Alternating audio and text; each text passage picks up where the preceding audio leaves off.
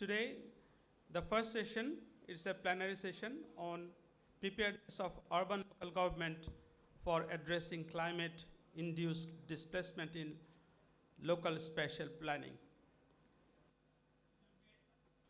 It will be a plenary. এটা সমস্যা করছে।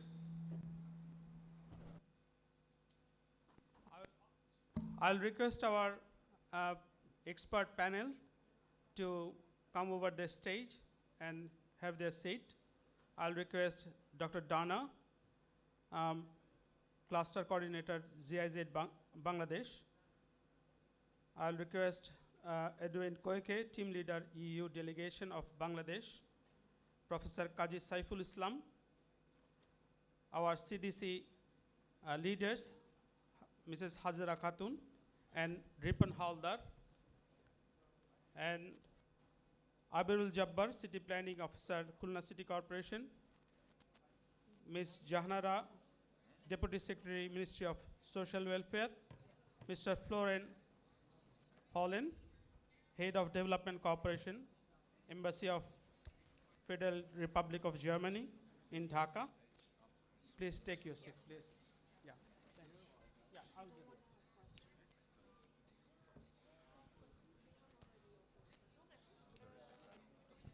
No problem. No, it's okay.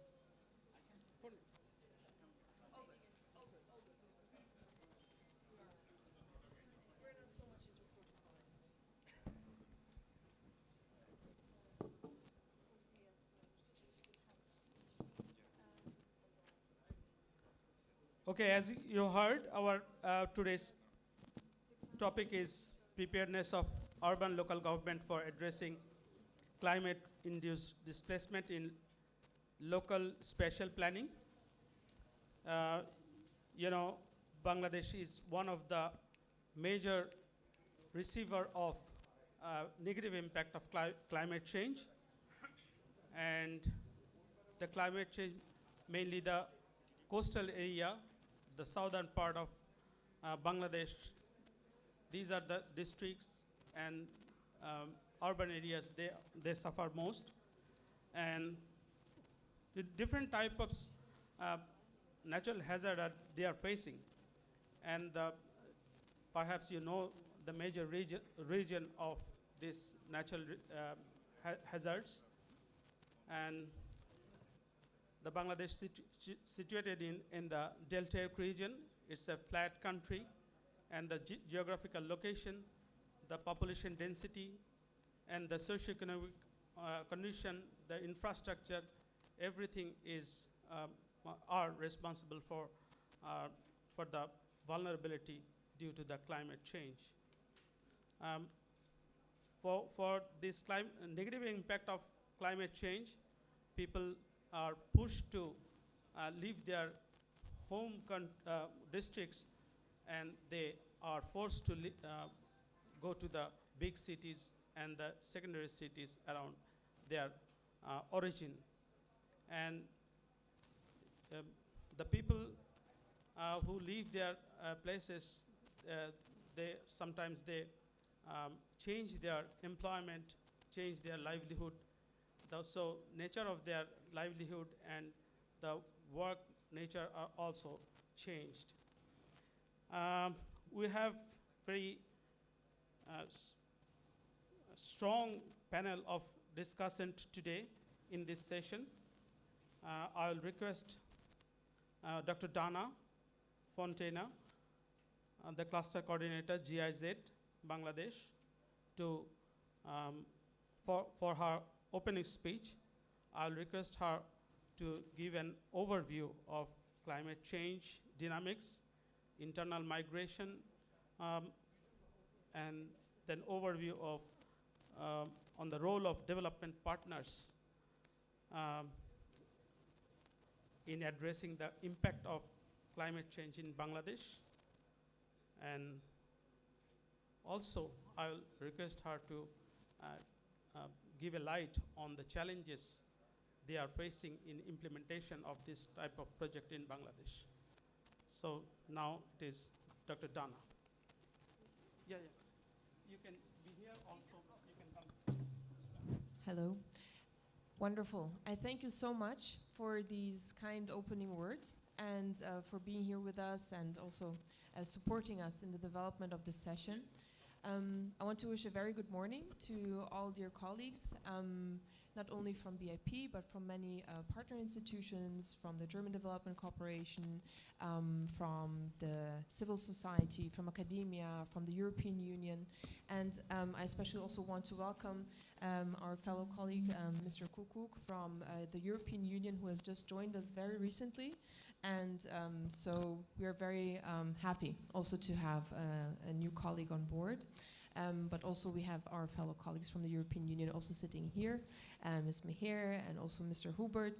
I mean, you will also get the chance and of course to speak to them directly. But I'm also very happy, I have to say, to have our PD here, our project director for the climate migration project, which is being implemented by GIZ, but being funded, co-funded by the German side, the German Ministry for Development Cooperation, which is being represented here by Florian Hölln, our head of development cooperation, but also by the European Union. And this is why we have both sides sitting here together with our PD at the Ministry of Social Welfare. And then on the other hand, we also have a beautiful presentation, representation from the city of Kulna, with different from the city administration as well as from the CDCs and from academia as well. So this is really wonderful. I was given a quite a difficult task in saying, just give us an overview of the topic of climate migration in Bangladesh. I'm sorry, I will not do so right now, but I will refer back to 2 sessions that we had yesterday in the program. And I was really amazed by the different publications that have been presented from very young researchers, especially from female researchers here that are linked to BIP. This was really beautiful to see that more and more data is being gathered around the topic of climate migration. I think this is one of the crucial questions about what is climate migration? You know, yesterday there was one question about, okay, so we have seasonal migration, we have all sorts of migration, but what then again would be climate migrant? And I think this is one of the big questions for also the government of Bangladesh to actually ask itself, but of course also for the planners. Because spatial planning, and this is the big topic also of this conference, the National Spatial Planning Framework, must also include the dynamics of population migrating. Currently we see big migration flows to the cities. This is also one of the main topics that we have with our climate migration project. But also, of course, the big migration flow outside of the country, and this somehow also being linked to a big brain drain, right? We're losing a lot of very smart people that are not finding a possibility to work or to study here in Bangladesh, so they leave the country. So if you ask me about the challenges, so I can just very quickly say the project that we have been implementing right now has been focusing on over 40 slum communities in 5 partner cities. So these are Kulna and Rajshahi and Borishal, 3 city corporations, and 2 Purashavas, Shatkira and Shirajganj. And by working directly with the slum communities, we have been supporting them, especially in gaining access to the social welfare system in Bangladesh, which is already existing, but also in supporting them in training, skills development, for then at a certain point, hopefully being able to access the labor market. So these were, let's say, the 2 pivotal thoughts behind this project. I mean, one of the main challenges, of course, was the COVID pandemic, because these are peer groups that you need to be working with on a day-to-day basis. You need to be there face-to-face. Internet access usually is not so easy for people living in the slum communities. even though it exists, but it's not common. So, suddenly having meetings and trainings online is not feasible. Not like we all somehow just switched from analog to virtual. That was not the case here. So this definitely was one of the biggest challenges. And also because the special needs during the COVID pandemic also changed, especially from the most vulnerable people. We had topics such, of course, as domestic violence appearing. We had topics of loss of jobs. So all of this somehow, I think, with a lot of strength also from this wonderful team, the Climate Migration Project team from GIZ, but with a lot of support from the EU colleagues and from the German government, BMZ, we were able to also extend the timeline, even receiving further funds. So this, I think, really also supported us in going ahead and turning this, as I see it, as a success of a project. Now, I want to stop speaking here and basically give the floor to our dear colleagues that are here, because it's about a discussion round. So hopefully it will also be lively. We can refer back and forth to what has been said. And I will just stop speaking now. So thank you so much for giving me the honor to say the opening words. Thank you very much for your speech.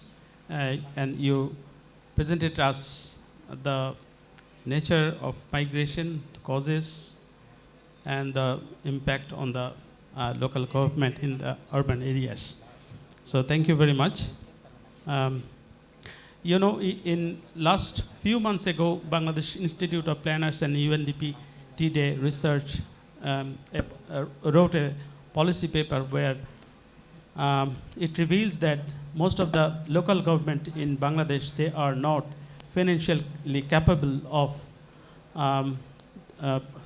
providing the services in the urban areas.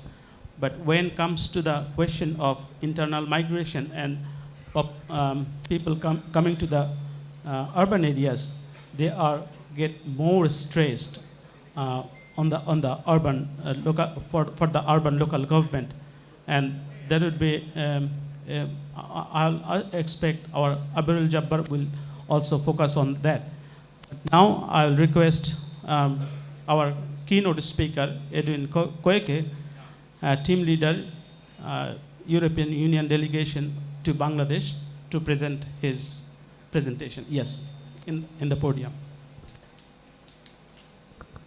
Can you hear me? So thank you very much. And honorable dignitaries at the dais, distinguished guests, ladies and gentlemen, a very good morning to all. An honor for me to be here as part of this important event on spatial planning and the need for urban local governments to be prepared for addressing climate-induced displacement. As EU, we consider climate change as a key existential challenge that is at the core of both our domestic and external policies, as also laid down in our European Green Deal and in our legally binding climate law. More than ever, we realize, and I should say we also experience all over the world, that climate change is happening and that we should not only cooperate to reduce regionally and also locally. The Paris Agreement and the Sustainable Development Goals do highlight the essential role of local governments in climate adaptation. Today we discuss what these commitments mean in practice for the unique challenges faced by Bangladesh, a country highly vulnerable to the negative impacts of climate change, to the extent that it leads to climate-induced displacement.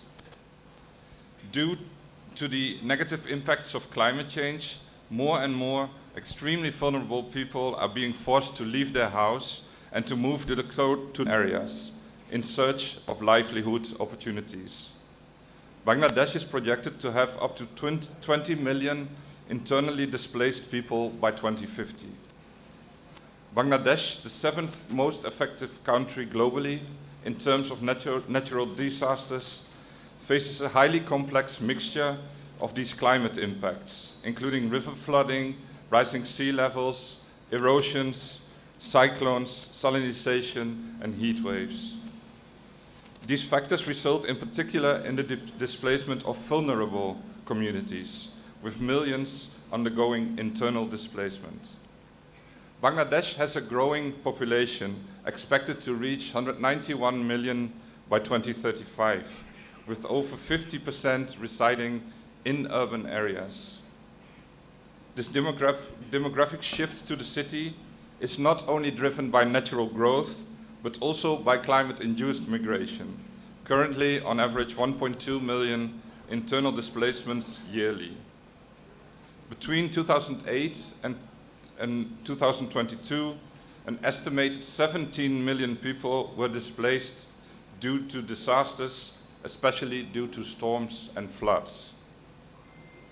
This large number of people migrating to bigger metropolitan cities in search of their livelihoods results in tremendous pressure on housing, transport, infrastructure, and other basic services.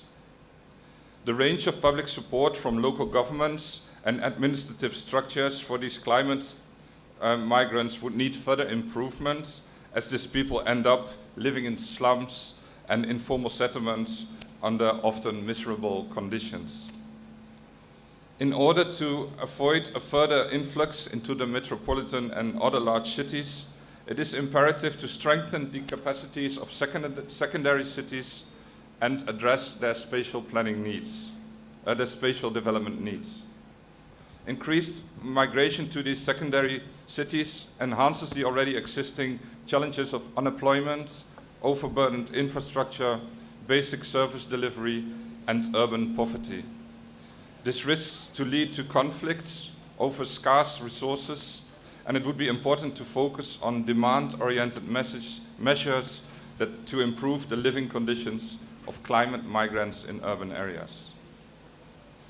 Secondary cities can only realize their potential for economic and social development if joint action is taken to make those cities more resilient.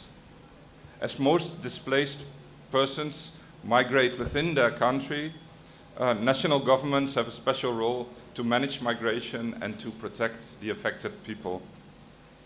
To be able to do so, the EU believes that there is a need for a concerted effort from all relevant stakeholders to generate more recent data and information on climate-induced migration, as well as to strengthen the monitoring of the number of climate-induced and rural-urban migration into the cities.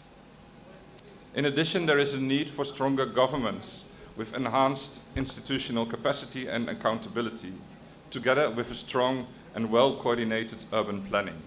Planning will be key. The project Urban Management of Internal Migration Due to Climate Change, Urban Management of Migration and Livelihoods, funded by the German Federal Ministry for Economic Cooperation and Development, BMZ, and co-funded by the EU, focuses on an important part of the challenge. It aims to improve the livelihoods of climate migrants and urban vulnerable poor in informal settlements of Rajai, Kulna, Barijal, Satikira, and Sirajganj. And apologies if I don't pronounce it correctly. Absolutely fine. The project follows an integrated urban livelihood approach to reduce extreme poverty and to increase livelihood options. It intends to offer climate migrants income-generating opportunities via training measures, an improved access to social services and to finance, and it aims at increasing the city's capacities to accommodate migrants. This approach has not only improved the quality of life, but also effectively reduced a potential further migration of already displaced population groups.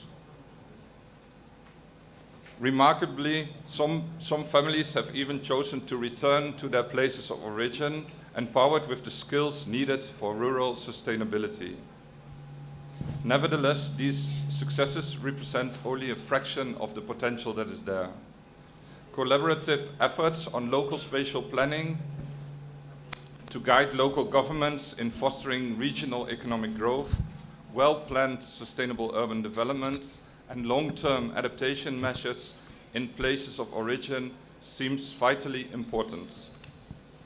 We expect and hope that today's discussion will contribute to some further proposals on urban development, particularly of the secondary cities, to cater to the needs of the climate-induced migrants, while fully recognizing that a one-size-fits-all approach is not necessarily always a good solution. We all know, and it was already referred to, the consequences of COVID-19 on the socio-economic situation of the country, as well as the overall tense situation in the wake of sharply rising energy and food prices. And at this onset, many local enterprises had to deplete their reserves and the starting salaries on the local labor market. We believe it is important to see how also the private sector can come forward and join hands with the government in creating job opportunities for the climate-induced migrants and to minimize further migration.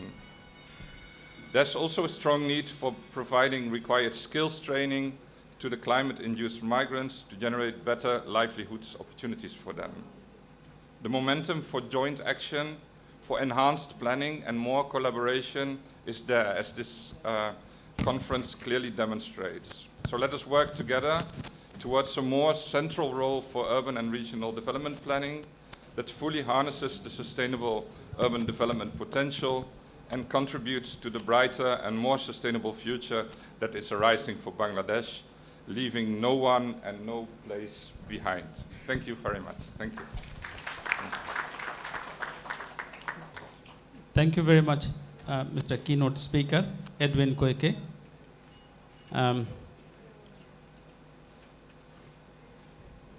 He shown us some very good options of improving quality of life, social and economic aspect.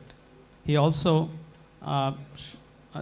told us about how to avoid the stress in the big cities and how to prepare the secondary cities for accommodating this climate-induced migrant.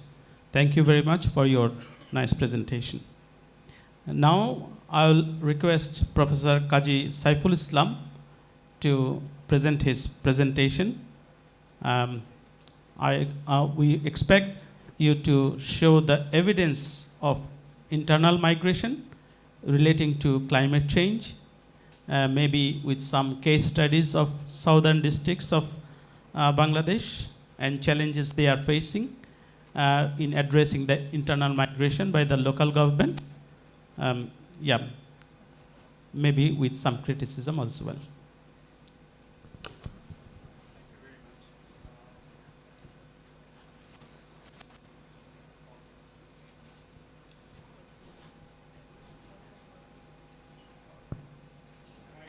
All of you, yeah, very much.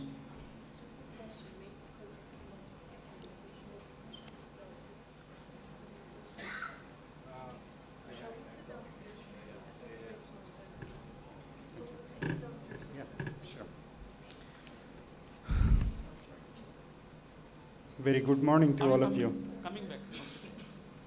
Thank you very much for giving me the opportunity to present some of the ideas about the Bangladeshi planning system. Apart from being an academician, I'm also an urban planner with some expertise in quantitative geospatial technology. So it gives me an unique opportunity.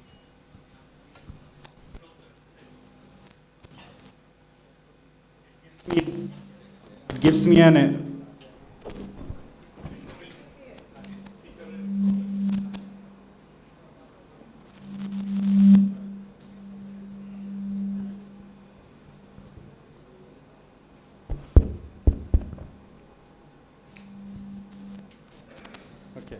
So it gives me a unique opportunity to gather the much needed practical experience from the field and also criticize what I have experienced from the field from the academic perspective. So what I am going to present here that would reflect what I have experienced. In my today's presentation, I am going to cover 4 fronts. At the very beginning, I am going to show you the national level migration dynamics in Bangladesh. Then I'll try to define it is a mere attempt. I'll try to define climate-resilient, migrant-friendly city. Then I'll portray some of the criticisms or problems that we have in Bangladeshi physical plans or spatial plans. And if the time permits, I'll try to show you some of the theoretical approaches that are emerging around the world we can learn something from those theoretical approaches.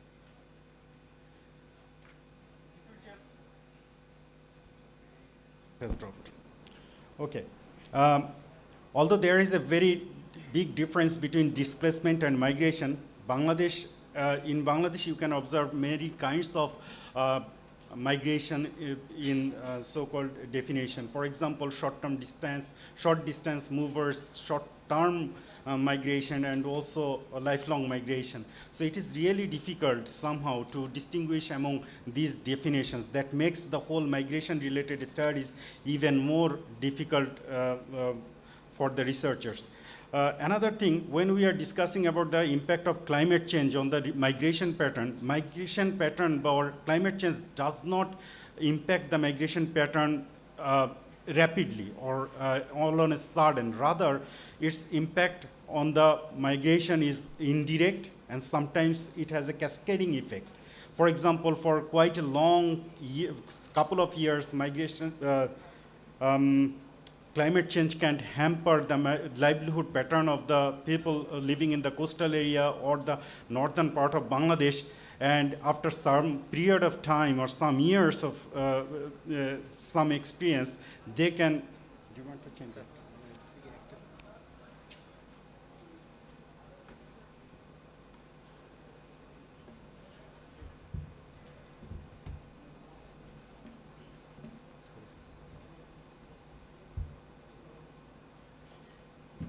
Sorry for the interruption. So after some period of time, those people can no longer live in their own place, and they decide to move. Thus, sometimes pinpointing climate change as a reason behind their migration is also difficult to identify. Even the BBS, Bangladesh Bureau of Statistics data, cannot identify or could not identify climate change as a direct reason of migration. If you just focus on the national level migration data, not many researches can be found on the whole that covers the whole Bangladesh. But if you focus on the map here, the Bangladeshi migration pattern can be classified into two categories. Dhaka and Chittagong, basically Dhaka region and Chittagong, they are receiving the migration, and all other parts of the Bangladesh are actually contributing to the increase of population in Dhaka and Chittagong, mainly Dhaka. Then if you just focus on the contributing part of Bangladesh, northern side, you can see that some part of it actually drought-prone area. Basically, that is the winter season, and some part of it is actually flood-prone area. That is in the monsoon season. Usually, from these regions, you can observe seasonal migration or short-term mover that we can call. And if you focus on the downside of the country, like Borishal region, from this part, actually, for example, Borishal area, lifelong migration is happening because of climate change, disaster, climate-related disaster like cyclone and flood and so on and so forth. Here, the data is showing which districts are contributing, which districts are losing their population, and which districts are gaining their population. I have already stated in our previous slide. Now, those who are, if you just want to know what is the characters of those migrants, those who are coming to the cities, most of the time, these migrants have like 6 or 7 years of schooling, and after coming to the cities, most of them are actually employed in the industrial sector. And this industrial sector, to be more specific, basically ready-made garments, RMG sector. And this RMG sector has changed literally the whole situation in Bangladeshi migration pattern. Usually, global migration-related literature says that the male people usually migrates to the cities, and there is a long discussion about the feminization of the agricultural sector in the rural areas. But it is not, it is completely opposite in Bangladesh. In recent trend, it shows that female are migrating more than their male counterpart. And it is creating another sort of problem. Rural agriculture sector is actually losing the labor force. And because of that kind of situation emerging there, the whole economy is facing one sort of transformation in the rural areas. And the agricultural the production cost of the agricultural sector is increasing in the rural areas, and we can already see the impact in the urban areas also. So that is actually completely reversed compared to the global trend that we can see. Impact of migration is clear. I don't want to emphasize that much. We already know what is going on here. People, those who are on the move and who can't move, both suffer in the same fashion. Displacement affects basically the people who move, where they were staying and where they will settle. These are the three areas. So if we really want to combat this whole dynamics of migration, we should not only focus on the urban areas where the migrants are settling. Rather, our focus should be at the first instance on the rural areas from where they are coming to the cities. So our first intervention should be there.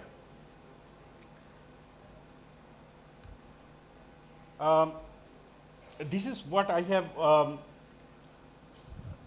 stated here. We have to intervene in the rural areas, and how can we do that? We have to ensure two things.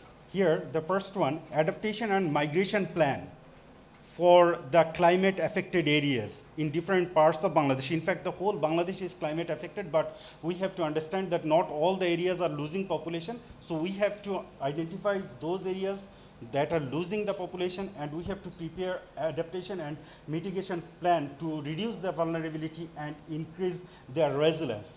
At the same time, we have to ensure justice. From now onwards, I will use this word justice several times in my presentation, and you have to use it. Eventually, I will define justice in a different way. The justice in this case, we have to intervene, like we have to ensure justice, social justice through social safety net.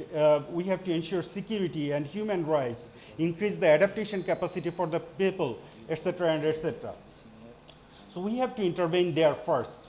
Then we have to think about the cities. When we can feel that there are some surge of like population boom in Dhaka city, and it is increasing rapidly. When we are trying to or define climate resilient migrant friendly cities, what can we really perceive?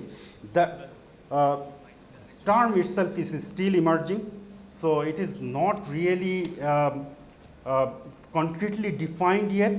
What I have done that point out a few topics that we should really focus if we really want to define climate resilient migrant friendly cities.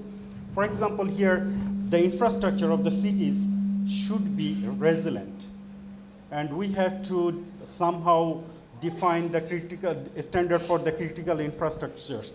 Many of the countries has already developed a standard for the critical infrastructures. As of today, we don't have it. It should ensure healthy living environment. It should guarantee safe, secure economic opportunity for all, especially for the migrants. It should ensure equal access to all urban services and facilities. It should be prepared unforeseeable or uncertain effect of climate change. I will be discussing about the unforeseeable and uncertain impact of climate change, how urban plan can tackle this situation. I'll be talking about it later. And most importantly, the city should guarantee justice. There is a global theory that we call just city. It was proposed by Susan Feinstein. She proposed the city, just city that ensures equity, diversity, and democracy. And what we want to add here is the sustainable development as the fourth dimension of the just city. While I was trying to define climate friendly or climate resilient migrant friendly cities, I found another thing that was called the climate urbanism.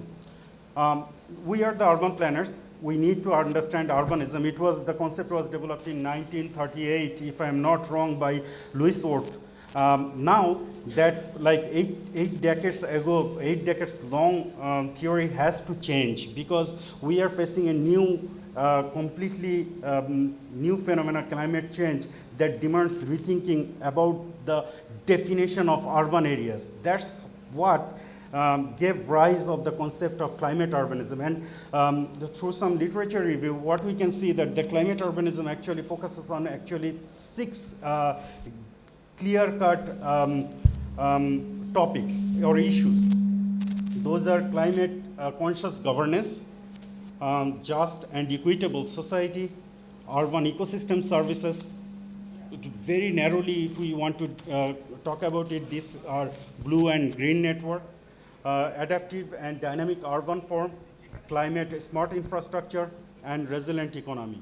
So if we want to ensure a city's a climate-friendly city, or then we have to touch all these issues, and we have to ensure all these issues as an urban planner.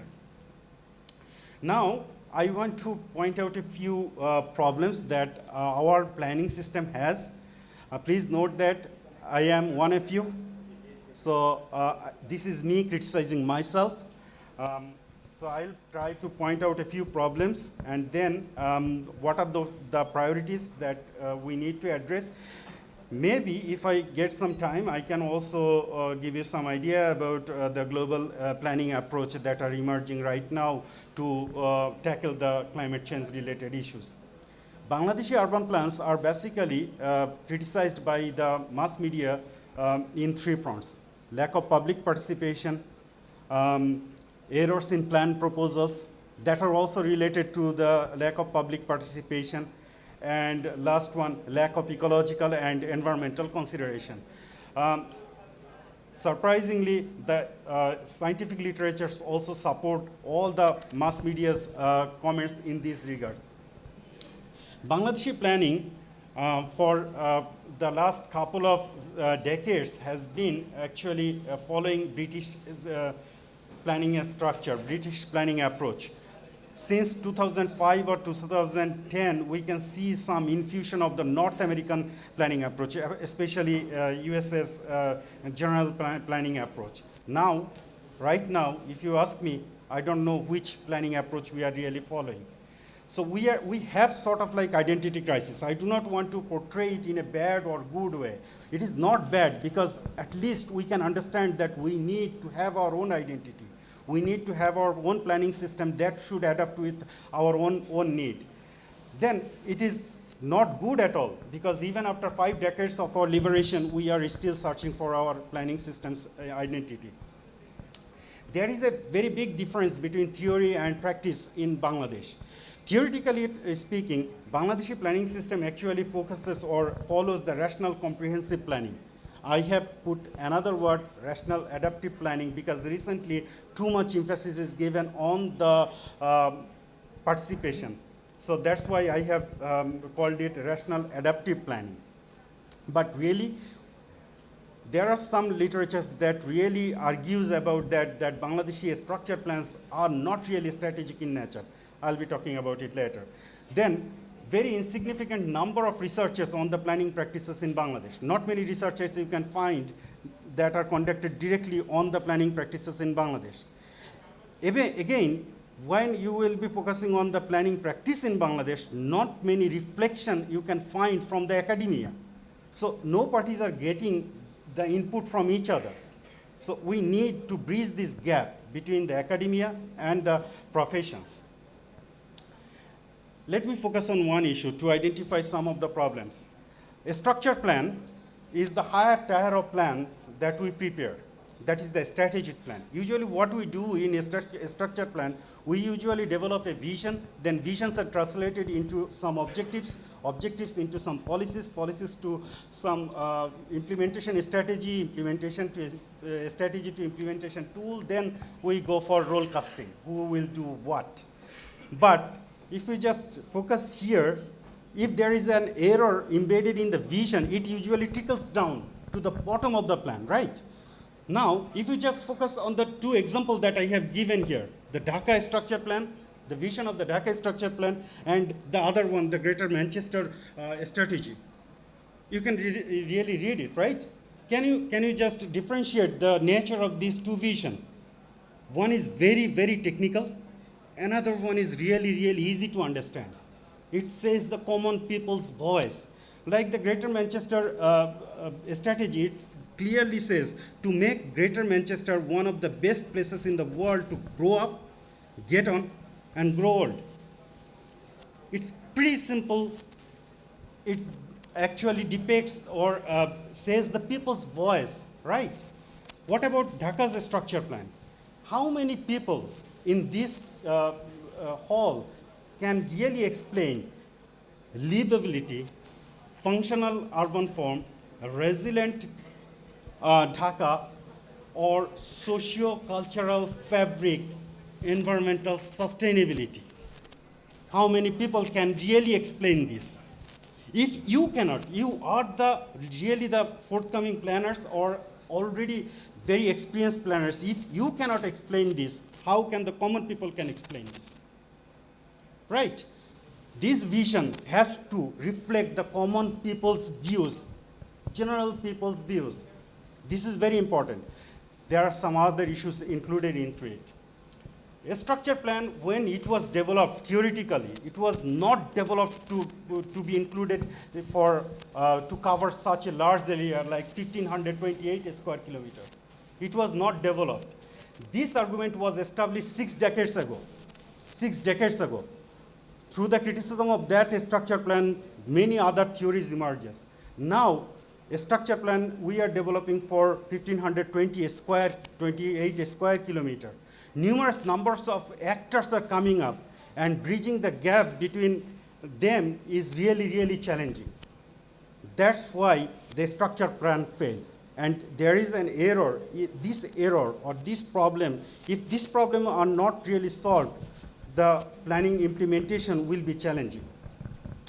Then, I have systematically reviewed some of the plans all over Bangladesh. It is not, the comments are not really based on the structure plan, but many other plans actually. Application of the structure plan in the lower tier of plan is somehow, they are very loosely tied. Another thing is that when it comes to the development control, the enforcement or the application of a structure plan is really, really almost invisible when it comes to the development management. Even for new project development, the reflection of a structure plan is almost unnoticeable. This is another issue. We need flexibility in our plan.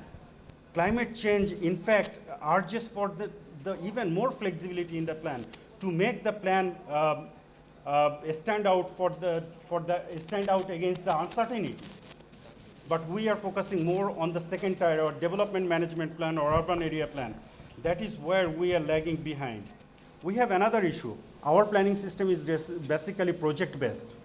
What happens that somebody is giving Bangladesh government or some donor gives Rajuk some money. Rajuk hires the consultancy firm, and consultancy firm hires some experts. Experts come, they develop the plan, and they leave the project, and the experience lives with them.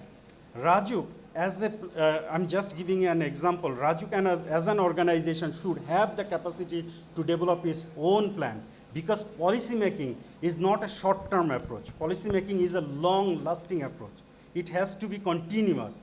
And if an expert develops the policy and he leaves, who will continue this? That is the problem that we are facing. We need institutionalization.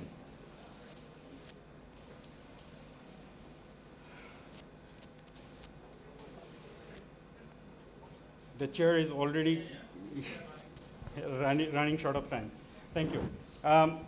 Some of the priorities that we need to address, that is like climate change, actually, historically we are tackling or planning like predict and protect. This approach of predict and protect approach of planning has to be changed. That's why we need to emphasize on strategic plan, not on the other tiers of plan. And we have to be criticized and prepare a structure plan even more efficiently. Several scholarly literatures have identified that the resilience has to achieve from bottom to top.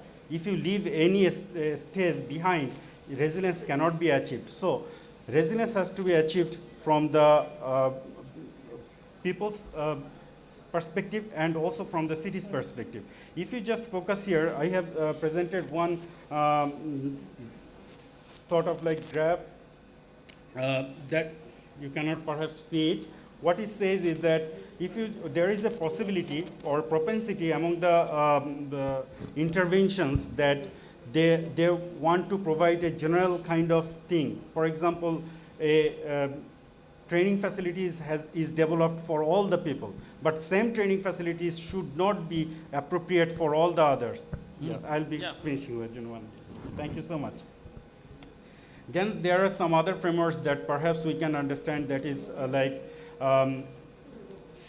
Professor Silva. This framework also was adopted by ADB. Then Barbara Norman also proposed some steps of urban planning for climate change. We can perhaps discuss it later. Thank you very much for giving me the opportunity to present my research here. As the time is running out, Yes, I have to conclude here. Thank you very much, Professor Saiful. I appreciate your effort and very in-depth discussion on your keynote presentation. I take a few points from his presentation. Intervening in the place of origin, that is correctly identified. How to intervene in the rural area where the climate-induced migrant originated. And also he pointed out about climate-resilient, migrant-friendly city. And he also shows how to make a city with climate resilient and climate. Okay, should we? Yeah, of course. No, yes. I'll request our panelists to go back to the stage and please, Asha.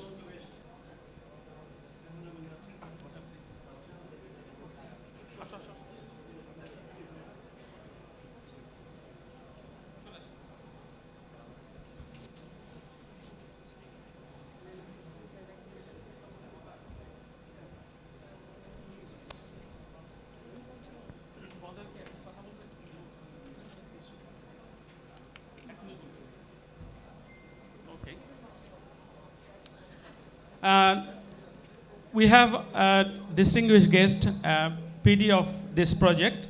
The project is internal. The name of this project is Urban Management of Internal Migration Due to Climate Change. I'll request Ms. Jahanara, Deputy Secretary, Ministry of Social Welfare. She will give an overview of this project. Yeah, thank you.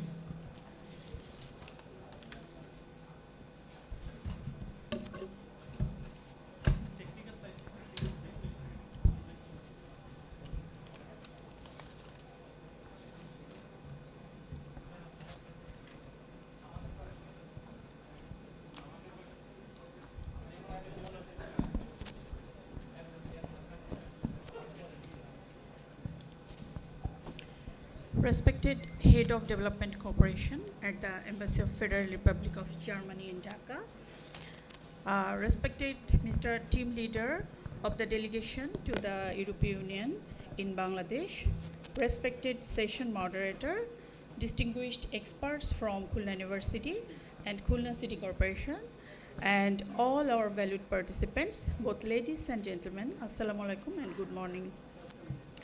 It's an honor and privilege to talk here today at this important event hosted by the Bangladesh Institute of Planners to engage in discussion addressing the critical challenge pertaining to spatial planning in the context of climate migration in Bangladesh. Today, I put two heads here as Deputy Secretary, a representative from Ministry of Social Welfare of Bangladesh government, and the other as Project Director of Urban Migration, urban Management of Internal Migration due to Climate Change, Urban Management for Migration and Livelihood UMML project, which is facilitating this plenary session now. We all know Ministry of Social Welfare plays a vital role in the development of human resources, poverty reduction, welfare, and the empowerment of marginalized and disadvantaged segments of the Bangladeshi population.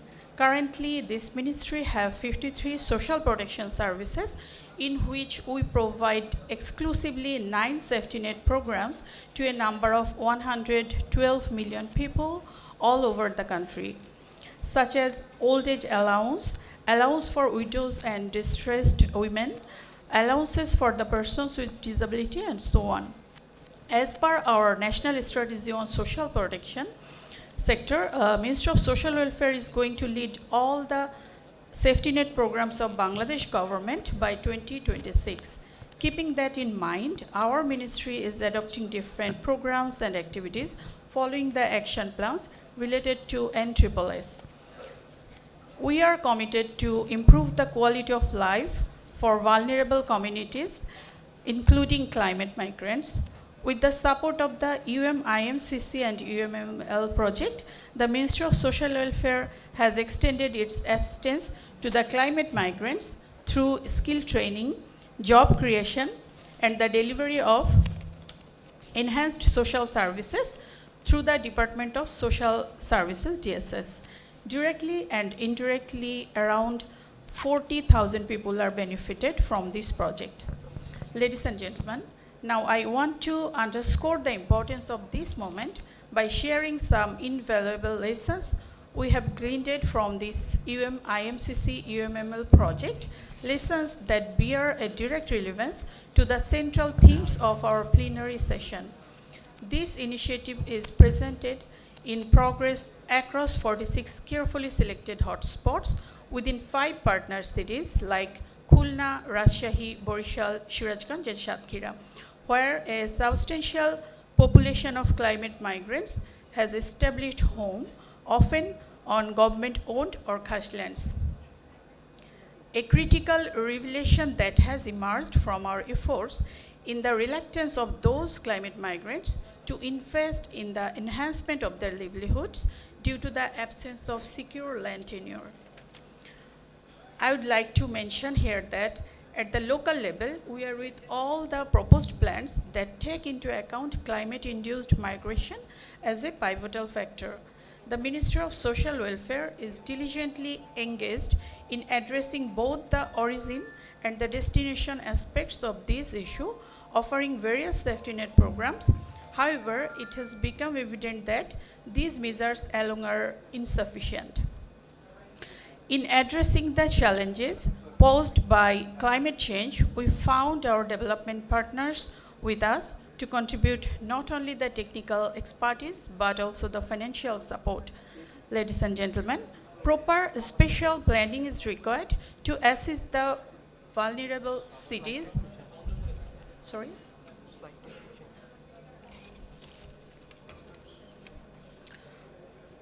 Ladies and gentlemen, proper spatial planning is required to assist the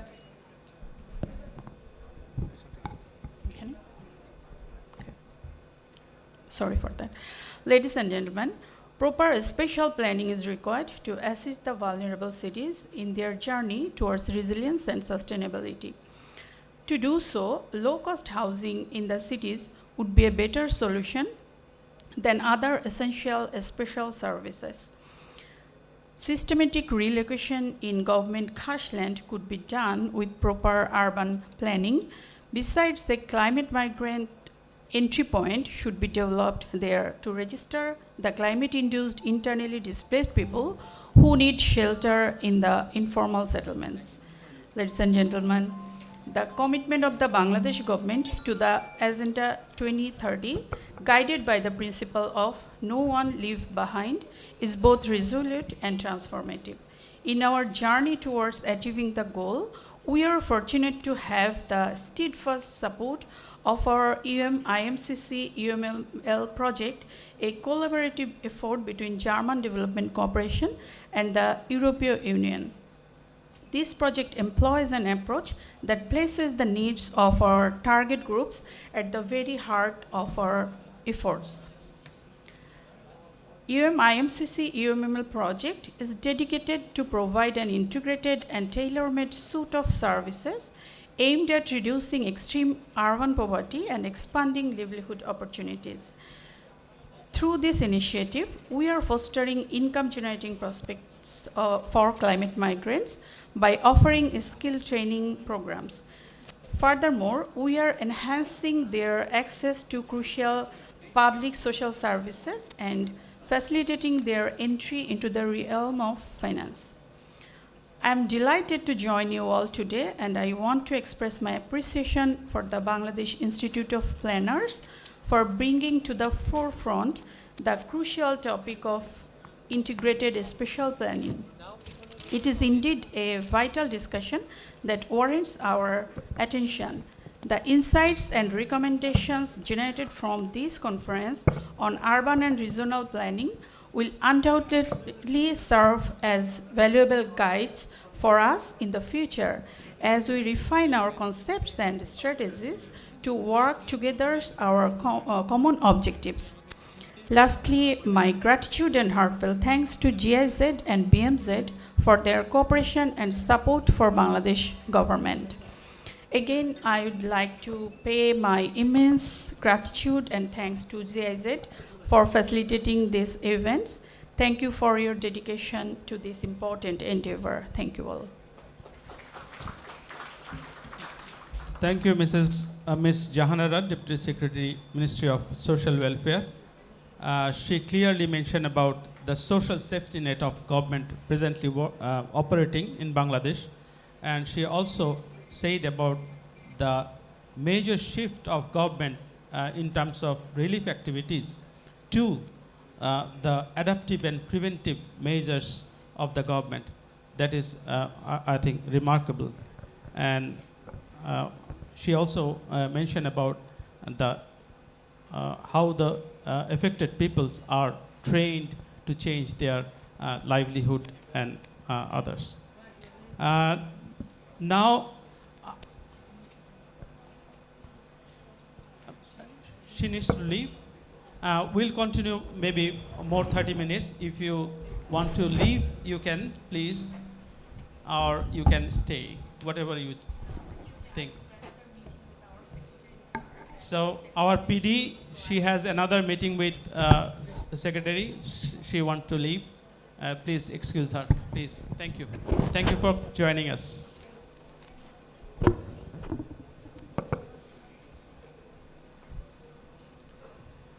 Now we want to hear from the ground.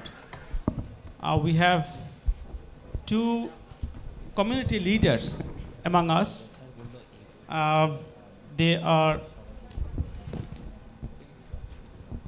Hazira Khatun, Joint Secretary, Town Federation, CDC, Khulna City Corporation, and Mr. Ripon Haldar, Vice President, Community Development Committee, Khulna city corporation.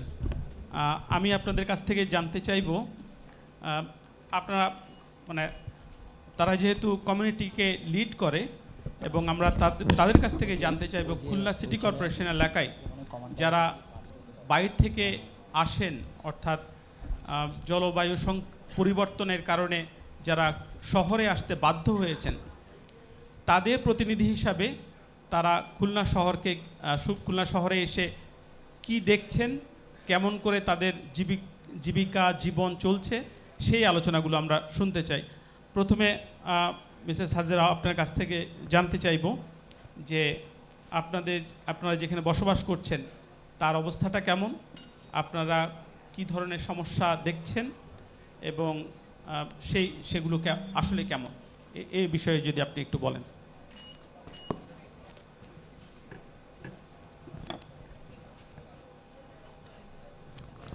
আসসালামু আলাইকুম, আমি Hajera Khatun, community leader. আমরা আসলে খুলনা অঞ্চলে যারা জলবায়ু পরিবর্তনে কাজের সন্ধানে শহরমুখী হয়, তারা সবসময় মূলত সরকারি যে জায়গাগুলো আছে সেই সব জায়গায় তারা বসবাস করে। আসলে প্রথমে তারা খুলনা শহরে এসেই যে একটা কাজের সন্ধান করতে পারবে সেরকম সুযোগ কিন্তু তাদের থাকে না। তারা প্রথমে এসে দেখে তাদের যদি কোনো আত্মীয় স্বজন থাকে কোনো কমিউনিটিতে, কোনো বস্তিতে, তাহলে তাদের কাছে প্রথমে আশ্রয় নেয়। নেওয়ার পরে তারা একটা কাজের সন্ধান খুঁজে নেয়।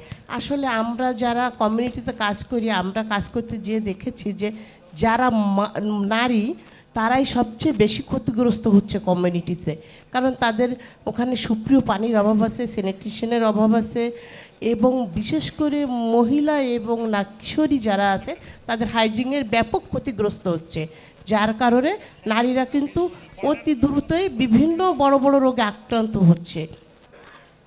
সেক্ষেত্রে আমরা তাদেরকে কিভাবে সহযোগিতা করতে পারি? যে কিশোরী এবং নারীদের নিয়ে আমরা স্বাস্থ্যসম্মত ল্যাট্রিন যাতে ব্যবহার করতে পারে, স্বাস্থ্যকর খাবার যারা খেতে পারে, পুষ্টি চাহিদা যাতে পূরণ হতে পারে, এবং যারা হাইজিন, বিশেষ করে হাইজিন কিটটার উপর তাদের বেশি গুরুত্ব দেওয়া হচ্ছে, যার কারণ তারা গ্রাম থেকে এসেছে, তারা হাইজিনের বিষয়ে সচেতন না, যার কারণে তারা এই হাইজিন কিটটা কীভাবে ব্যবহার করতে পারে, সেটা ব্যবহারের উপকারিতা কী, ব্যবহার করলে তাদের কি হবে, একটা সময় তারা যেহেতু ব্যবহার করতে পারে না, তাদেরকে যদি আমরা একটু সাপোর্ট দিই যে তারা এটা কীভাবে ব্যবহার করতে হবে, ব্যবহার করলে এর উপকারিতা কী, এটা যদি আমরা তাদেরকে দেখাতে পারি, একটা নির্দিষ্ট সময়ে কিন্তু তারা নিজেরাই এটা ব্যবহার করা শিখবে এবং তাদের প্রয়োজনে কিনে তাদের প্রয়োজনটা মেটাবে। যার কারণে কমিউনিটিতে মারা যখন এলাকায় থাকে তখন দেখা যাচ্ছে আমাদের, যেহেতু আমরা খুলনা আমাদের বাড়ির সেহেতু কাছে আমাদের রূপসা নদী, যখন জোয়ার আসে জোয়ারে কিন্তু ঘরের মধ্যে পানি ঢুকে যায়, এবং যখন পানি ঢুকে যায় তখন মারাই কিন্তু বেশি সময় বাসায় থাকে, তাদের রান্না করতে গেলে সমস্যা হয়, চুলাটা পানি ভিজে যায়, বাচ্চাদের খাবার দিতে পারে না, বাচ্চা কাছে স্কুলে যেতে গেলে তাদের আঁঠুসমান পানি হয়ে যায়, যার কারণে জামা কাপড় ভিজে যায়। এসব পরিস্থিতির মধ্য দিয়ে আসলে আমাদের কমিউনিটির লোকজন চলে, যার কারণে আমাদের এখানে ইউএম, আইএমসিসি প্রজেক্ট, এলআই প্রজেক্টে কাজ করতেছে, ইউএনডিপি, ইউনিসেফ, সমাজসেবা অধিদপ্তর, মহিলা বিষয়ক অধিদপ্তর, সবাই যৌথভাবে আমরা একসাথে কাজ করতেছি, যেন যারা শহরমুখী হচ্ছে তাদেরকে আমরা ওভারল্যাপিং না হয়, সবাইকে যেন একটু সুযোগ সুবিধা সঠিকভাবে দিতে পারি। এছাড়াও যদি তাদেরকে আমরা নির্দিষ্ট একটা কোনো কাজে যুক্ত করতে পারি, যেরকম উদ্যোক্তা উন্নয়ন কাজ হতে পারে, কারিগরি প্রশিক্ষণ হতে পারে, এগুলো দিয়ে যদি তাদেরকে আমরা একটা নির্দিষ্ট লক্ষ্যে পৌঁছাতে পারি, তাহলে তাদের জীবনমান উন্নয়ন করা সম্ভব হবে। ধন্যবাদ আপনাকে। As she was expressing her experience, the people who living in the slum and informal settlement of Khulna city, the people who move to the city, they mainly find the place, mainly the Kharsh land, the government land, for their housing, and she also explained their life in the slum and informal settlement. She told us about the food, nutrition, and health condition of the women and adolescent, especially the personal hygiene problem in that area. She also expressed her idea about the livelihood of the women. Especially he stressed on the distribution of resources in the fairness in the distribution of resources in the slum area, especially for the climate migrants. And she told us about to avoid the duplicacy of resource allocation. That's it. এখন আমি জানতে চাইব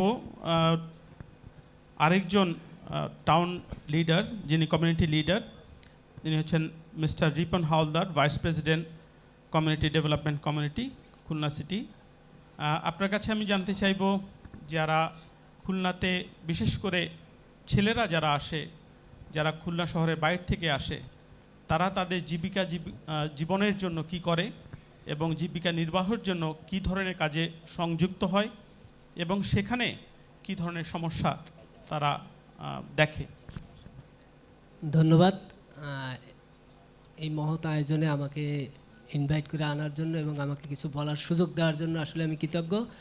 আর আসলে আমাদের খুলনা শহরে দক্ষিণ পশ্চিম অঞ্চলের যে জলবায়ু পরিবর্তনের ফলে বিভিন্ন দুর্যোগের কারণে শহরে বেশিরভাগ মানুষ আমাদের চলে আসে। আসার পর আসলে খুলনা শহরে আমাদের ঘনবসতিপূর্ণ এলাকায় আমাদের এই সব লোকগুলো বসবাস করে। যেহেতু তাদের আর্থিক অবস্থা খুবই খারাপ থাকে, তারা বিভিন্ন জায়গায় যে ভালো মানের বাসা ভাড়া করে থাকতে পারে না, সেজন্য নর্মাল এরিয়ায় যায় যাতে লো কস্টে তারা এখানে বাসা ভাড়া করে থাকতে পারে। কিন্তু দেখা যায় পরবর্তীতে তারা যে জীবনযাপন করবে তার জন্য তাদের যে ইনকাম লেভেলটা সেটা আসলে সেইভাবে হয় না। তারা সাধারণত গ্রামের মানুষ কিন্তু আসলে টেকনিক্যাল কোনো অভিজ্ঞ না, তারা হয়তো কৃষিকাজ করতো, এখন শহরে এসে তারা হয় রিক্সা চালাচ্ছে অথবা আপনার ঘাট অঞ্চলে যে বস্তা বহন করতেছে যাকে লেবার বলা হয়, এই ধরনের লোকই সাধারণত বেশি থাকে। সেক্ষেত্রে তারা রোজ কাজ করতে পারে না, প্রত্যেক দিন 300-400 টাকা 500 টাকা হয়, আবার 2 দিন 3 দিন কাজ থাকে না, আর বর্ষার মৌসুমে আরও বেশি সমস্যা হয়। এই ধরনের সমস্যা হওয়ার পর তাদের শারীরিক যেহেতু পরিশ্রমের কাজ করে, রোজ কাজ করাও তাদের সক্ষমতা থাকে না, দুর্বল হয়ে পড়ে, বিভিন্ন সময় অসুস্থ হয়ে পড়ে। এই সমস্যার জন্য আসলে তাদের পরিবারের যারা স্কুল গোয়িং বাচ্চা শিশুরা আছে তাদের উপর বড় একটা এফেক্ট পড়ে, যে কারণে তারা ঝরে যায় অল্প পড়াশোনা করে বা প্রাইমারি লেভেল পার হওয়ার আগেই তারা ঝরে যায়, তাদের পড়াশোনায় বিশেষ করে ঘাটতি হয়।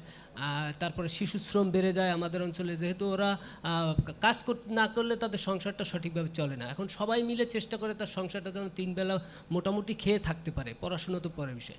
এই ধরনের সমস্যার জন্য আমাদের বিভিন্ন প্রজেক্ট কাজ করতেছে, এর জন্য আপনার কারিগরি প্রশিক্ষণ দেওয়া হচ্ছে, উদ্যোক্তা প্রশিক্ষণ দেওয়া হচ্ছে।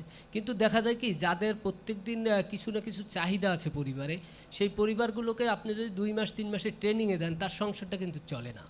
কারণ ট্রেনিং নিলে কিন্তু ওই যে 3 মাস বা 2 মাস তার কিন্তু অর্থনৈতিক যে সাপোর্টটা প্রয়োজন সেটা নিতে পারে না। এক্ষেত্রে অনেকে ওই প্রশিক্ষণ নিতে অনীহা প্রকাশ করে। সেক্ষেত্রে আমার মনে হয় কি, আমাদের যখন ট্রেনিং সেশনটা চলবে ওই সময় যদি তার ফ্যামিলি কিছুটা সাপোর্ট পায়, তাহলে হয়তো সস্পুত্রভাবে সে অংশগ্রহণ করে তার মনোযোগ সহকারে সে ট্রেনিংটা করবে।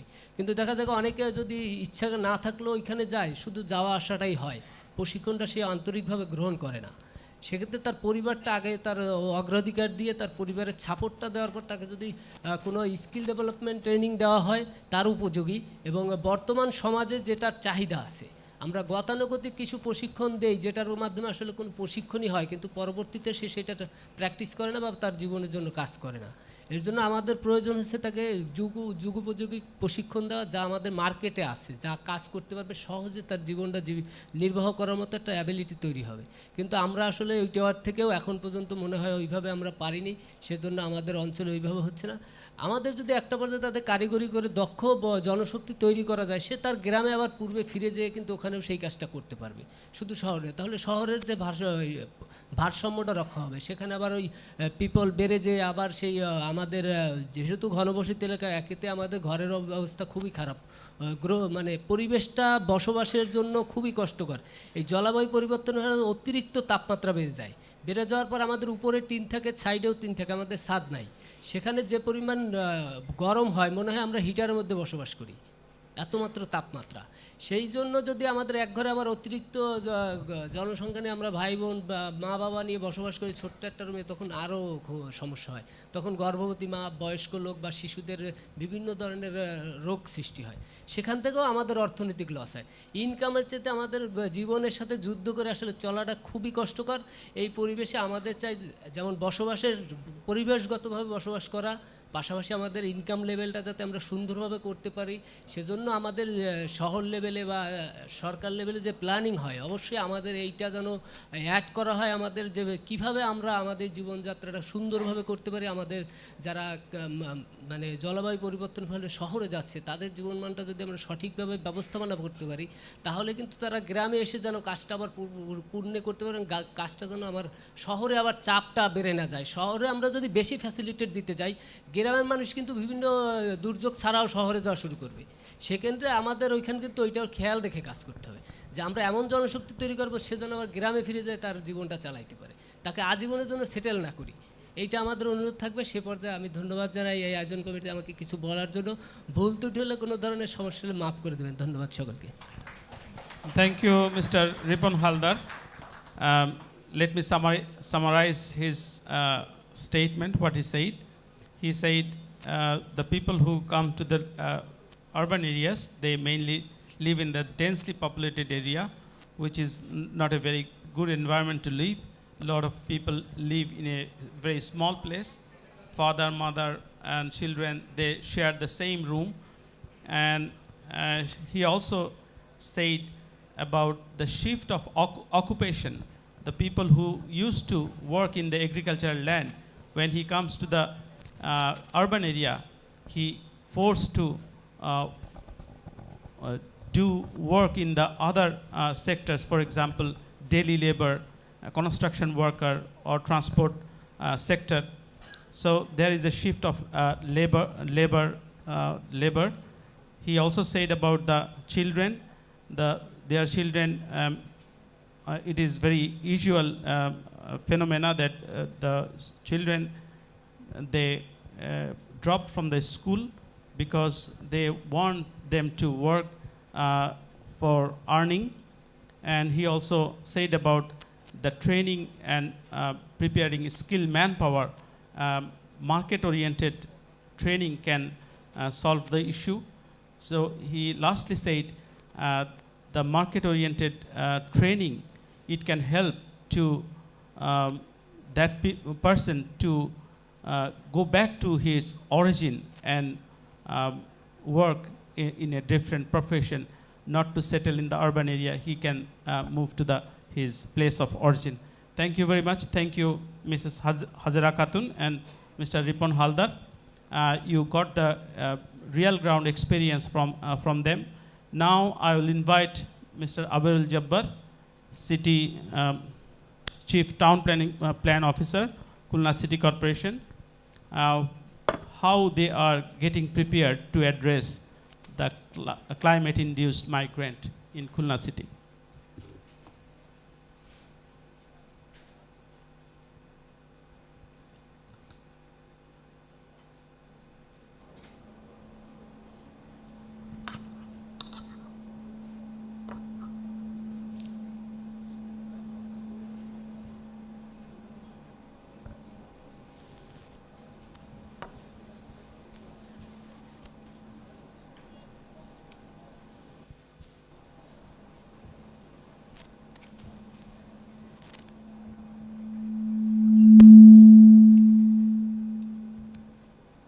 Abir, I will request you to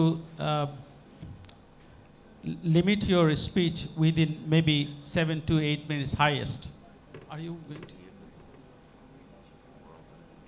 Yeah, there will be a presentation. Yes.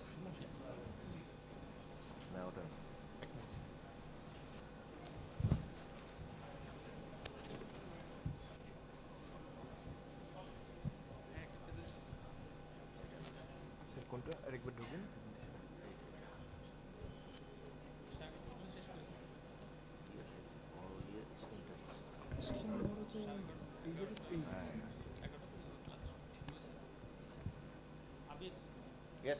5 minutes, 5 minutes. 5 minutes. Good morning, everybody.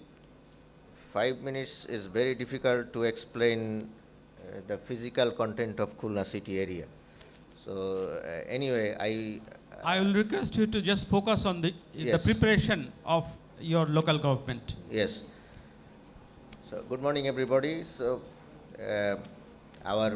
in Khulna city area, the location of poor settlement, we have 1,910 poor settlement in Khulna City Corporation area, and we established the CDC, Community Development Cluster.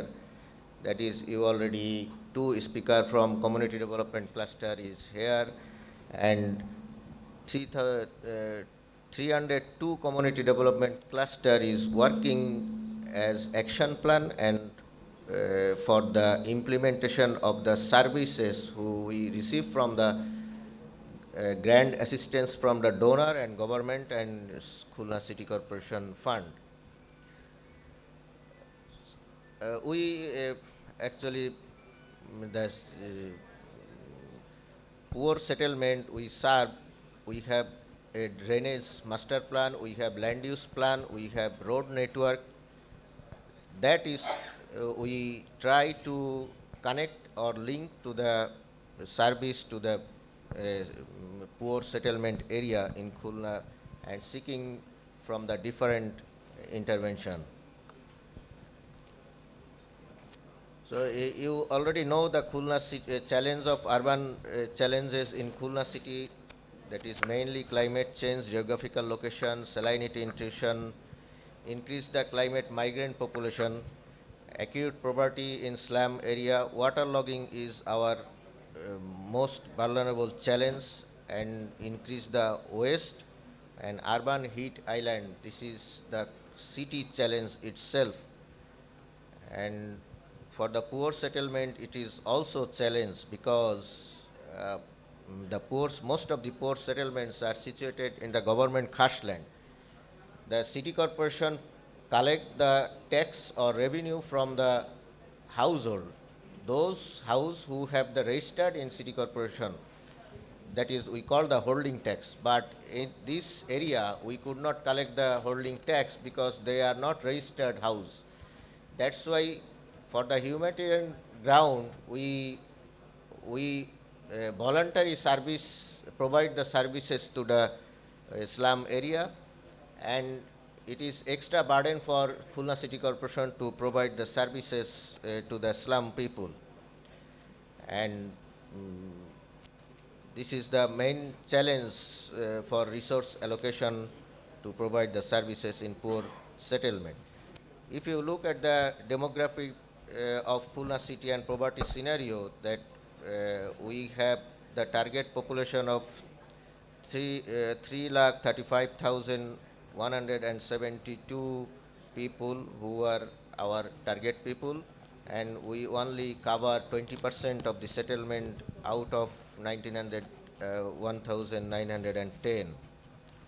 You see how from the coastal belt, the climate migrant come to the city area in every month or every year, even every day. Some commuter also come to city area and do their job, and at the evening they come back to their home. That also exists in Khulna City Corporation area. So the urban management of migration and livelihood project and UMIMCC project funded by the German cooperation, we provide some basic services to them for livelihood improvement. And they are working 5 wards and 9 slums in KCC area. This is the location of German cooperation intervention of city area. And simultaneously KCC provide the road network, drainage network, waste management, street light, that is covered by KCC area in poor settlement. So this is some moments of a project implementation during COVID situation and other intervention like goat rearing, cow rearing, and livelihood support like business support. And another project is from UNDP and DFID. The project is inclusive planning and governance, formulation a strong community capacity building of the poor people, improvement of socio-economic status of poor people, development of living standard, climate resilient physical infrastructure, and support activities we are providing. So this UNDP project, we can provide 9,116 people, and these are all climate migrants. You see the 85% are poor people displaced by the disaster and out of that 57 percent in Khulna area, 57% we can provide the services. These are the actually another project funded by Caritas. They are also livelihood improvement, and these are the project intervention: small footpath in the slum area, community latrine, and other things. We have another project for climate breach fund. This is funded by KFW and other local NGOs. And 14 wards we are serving this intervention. The beneficiary cover 1,15,430 people. This is also the livelihood improvement. This is the special case, the Wasa, also Khulna Wasa, they could not provide the water supply line, those who have no household number. This is another challenge. So we provide the deep tube well and surface. We are trying to preserve the water body to provide the surface water also there. This is and the community toilet and other cash support we will provide in this project. These are the project implementation for climate breach fund. Lots of NGOs. I have to skip. And this is the main focus, that remaining intervention in Khulna city for the poor settlement, 65%. And we all together, KCC and other donor support, we provide only 35% services to the poor settlement. So earlier I mentioned that all maximum 80% or 90% poor settlements are growing in the government cash land. When government need the land for development, then they are evicting, and they will evict in future. So we propose 3 location of the city area western side, that for the housing, poor, low-cost housing for the poor. And this need to be a feasibility study, and this is the, and mechanism also we have to search for mechanism, which kind of mechanism we can develop to build up the area of their own.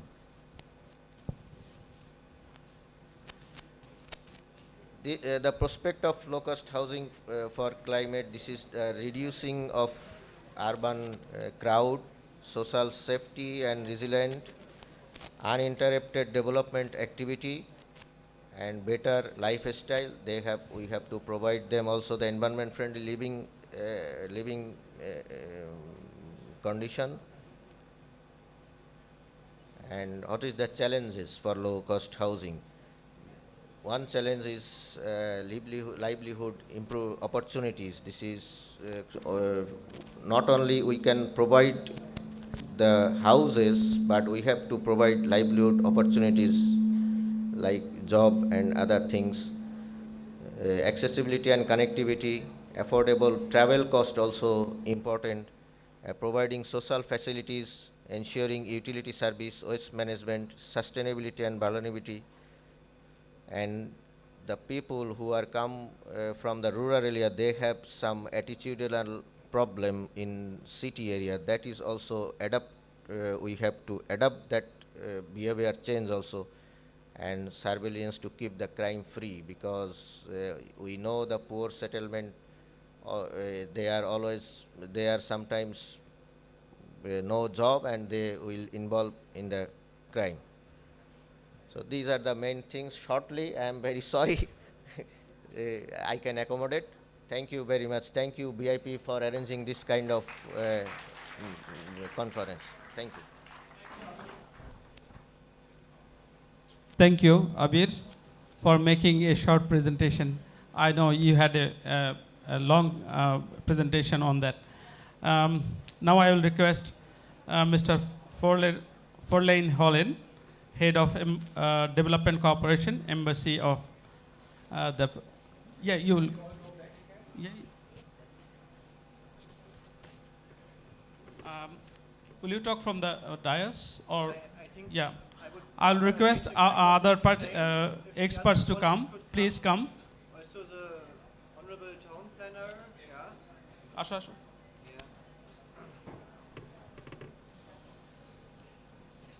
বসো বসো it's a exercise no problem Yeah. Yeah, many thanks. I just would like to follow up directly with the presentation. And I mean, it was pointed out several times that this question of land, of eviction, is the main one here. People who have already left their house once might have to leave it once again.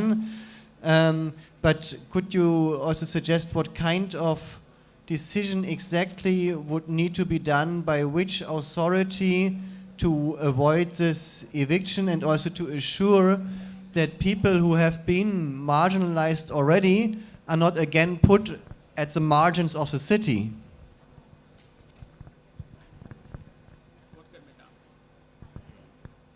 Actually, they are living in the government land.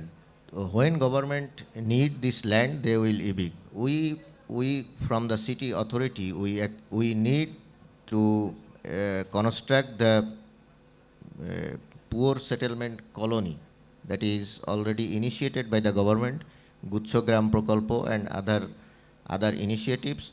So in city area, land is scarce, so we, the western side of the city, and according to the detailed area plan of Khulna Development Authority, we propose three location for the climate migrant colony.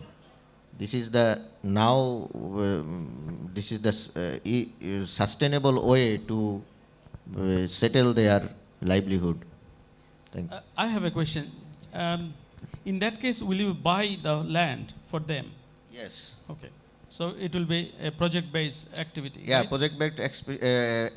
We from the government side and KCC side, we can buy the land, and other intervention like the high-rise building colony, and for their service like playground, school, other first aid, medical center. That is borne by the project cost, maybe donor agency and other agencies. If they are willing to invest here, we always welcome. Yeah, we saw a bit like on the map that like people would have to move again, and you mentioned also the issue of also their travel time. Maybe they would have to find new jobs again or so. And so I'm wondering if there are also options that the central government is deciding to use this land for a development purpose, and particularly for the development purpose of giving the people of Bangladesh who currently don't have this proper shelter, and maybe like hand it over also to the municipalities, gives the municipalities the possibility to set up, for example, also a kind of cooperative setup or so, or long lease rental agreement, which gives these people security also to invest. Like, we are all aware that if you have to migrate, you can maybe take your knowledge, your experiences with you, but what you never can take with you is your home. And so if people don't have security again in their new place, they also don't have any incentive, any reason to reconstruct a house, because they don't know if it will be taken away again just one day without maybe even announcement. And I think so that this, like giving the security to the people, is a basic requirement that the people can take their own fate in their own hands. And this is like one topic I think which needs to be looked into, and I think also Khulna City Administration is the third largest city in the country, has very close links also to the central government, and so I think if some arrangements can be made so that people can stay in these areas, get safety there, then it will also be easier for donors to come in to invest. Because also, for example, our parliamentary secretary was visiting the informal settlements, and she was bringing up this question, yes, but what kind of security you can give that these investments also we as donors do will not be in vain. So even from the donor perspective, from the climate migrant perspective, we all need the security to come together and to provide support. I would like to leave it maybe with this statement here, seeing the time. Yeah. Thank you very much. I think we are running short of time. Our guest of next session already waiting outside. Maybe we can take a few questions from the floor. If anyone willing to ask anything or want to leave any comment. Yes. Yeah, please. Go on. When you resettle these people, first my question is, do you have any local name of these poor settlements? Do you call them Basti or anything?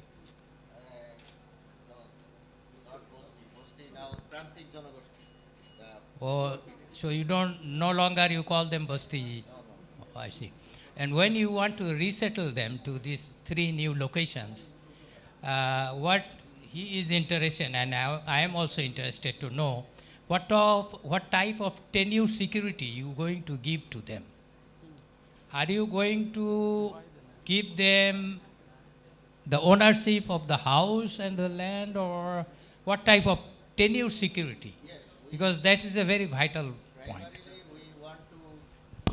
Primarily, we want to provide the make some flat, and that flat will be the owner of. They will be the owner of that flat, who are registered in the city area as a climate migrant. So this will be a lease type of tenure security. Not lease type. But this is permanent ownership. Permanent ownership. Yes. That's a good Who idea. are staying, who are want to staying permanently in Khulna, they will get the priority. But what will happen if he wants to sell it and move to another? This is normal scenario in Bangladesh. That's why we need the feasibility study, and we have to analyze this further. That I ask my present that we first of all we have to comply feasibility study detail and analysis detail. Then we can implement. Because it's This is premature thinking. Oh, premature. Okay, Yes. thank you. I think you can think about the rental housing as well, because that can solve the temporary shelter problem. Any other? May I add something in this? Because I'm telling this from my Malaysian experience. My Malaysian colleague is not here. So in Malaysia, the government provide houses by using as tenants, because they pay rentals, monthly rentals. Rents. And that is quite small. Yeah. So they can easily afford a house, 2-bedroom. I visited Malaysia and Oh, slum improvement project. That is also 2 types, also permanent and rental. Yes. We yes. can replicate here. Yeah, maybe you can have this idea. Okay, thank you. Anyone? Any other person? Yes, please.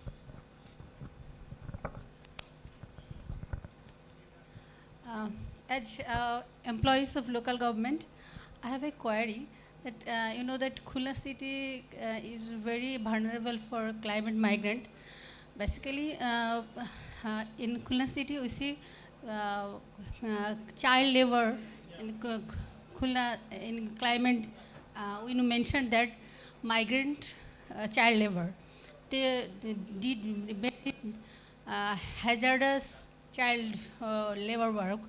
So I think as a policy planner, we have to do some policy guidelines for this. It is your observation. But we do not have any guidelines for this boy, or Okay. this Perhaps any it- livelihood support for this migrant people. Are you asking the question answer from any of From- us? From our I don't teacher? think that we are in a position. Yeah. Do you want to respond? I would like livelihood support for migrant child. exactly. I think the topic you are raising is a part of the question of social protection. Social safety net. Yeah, and a safety net is something where by nature someone is falling through. It's a net. Yes. And so also on the global level, Germany as well as the European Union and many other donors and UNICEF, for example, also as the United Nations Agency for Children, have agreed to go towards universal social protection. And this is a global initiative, USP 2030, led by the World Bank and the ILO. And I think this is a kind of shift in mindset which will help also climate migrants here, that we don't try anymore to look at this or this particular marginalized group and give some specific program for them and then have thousands of programs and also issues with clientelism, a lot of bureaucracy, but rather follow a kind of rights-based approach and say every children has the right to deserve, to get, for example, a minimum, can be very small, child grant. Yes. And I mean, there is also research, a child grant does not lead to more children. It rather leads to better education and can be an effective means to tackle the issue also of child labor. It can be linked also and be linked to the visit of schools, child labor, for example. but still we find. Yeah, thank you very much. I think I can take one more question if anyone, just one question, no. Yep.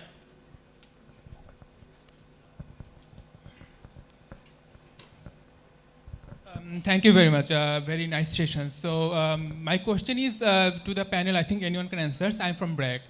From my experience, from our experience in BRAC, I have seen that only focusing in physical capitals, what we were discussing, like allowing them to have a better place to live in for their accommodation, would not actually solve the problem. What is needed is looking after the natural capitals, the social capitals, and also the financial capitals. Do you have any plan on this also?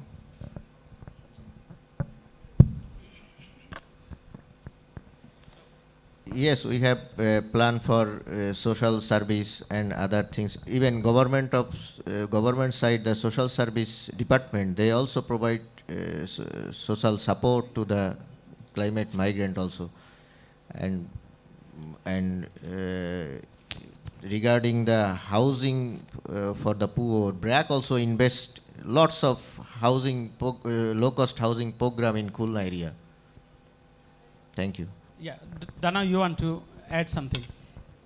First of all, I didn't want to interrupt you because at the end of the day, I think what is important is the mix, of access to different social services, be them on the ground, on the local level, and from the national level. Too bad that our PD already had to leave from Ministry of Social Welfare, but I wanted to somehow, because I know that we're already at the end of the session, somehow also make the loop back to the initial question that we started with. I mean, the whole idea of this conference is to think about the broader picture, a national spatial framework, and we argue this should also include the whole topic of climate migration. Why?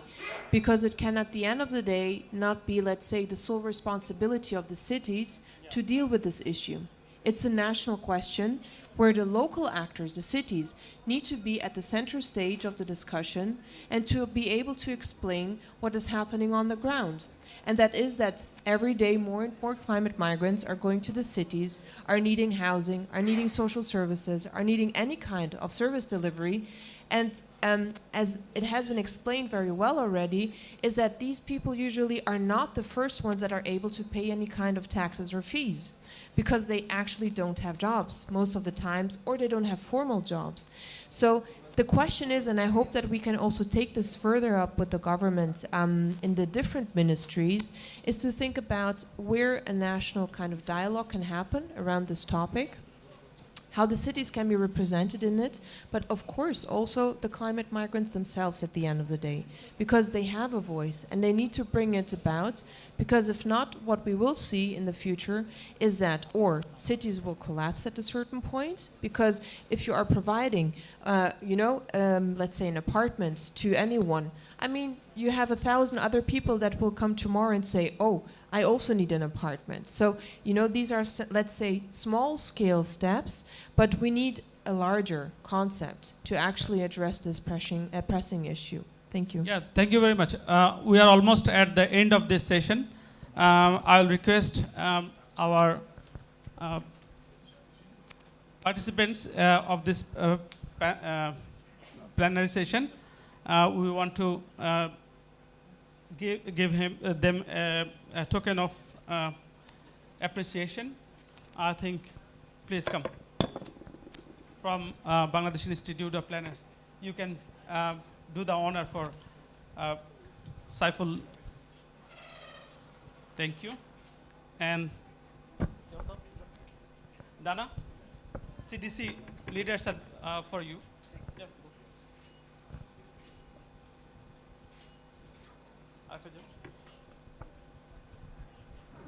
Then Dana. Yeah. And Abirul Jabbar. Dana, please do the honor. Thank you very much. Okay. Oh. Our team leader, please come over on the stage.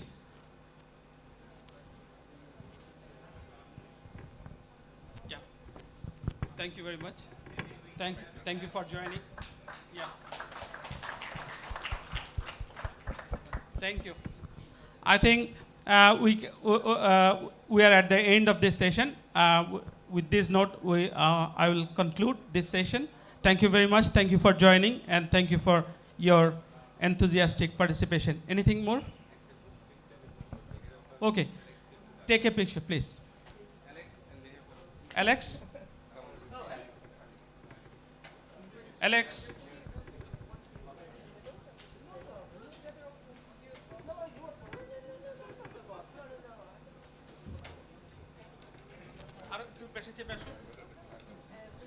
Alex?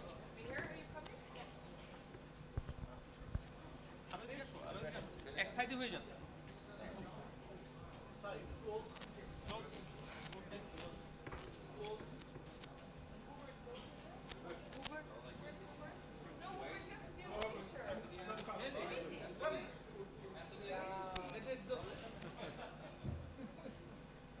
Mehdi is tired.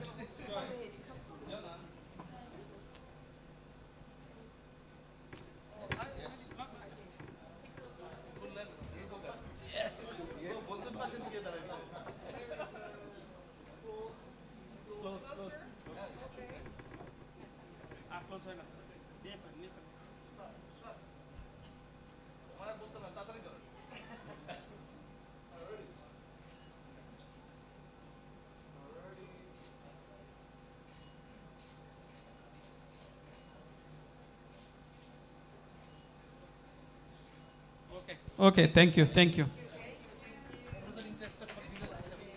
Those who are interested for the disaster seminar, you can go to the other room.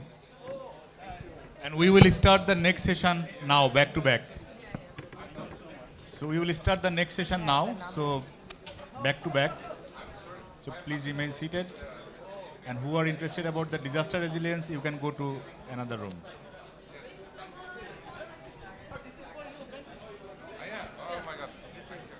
Token appreciation from VIP. Yes.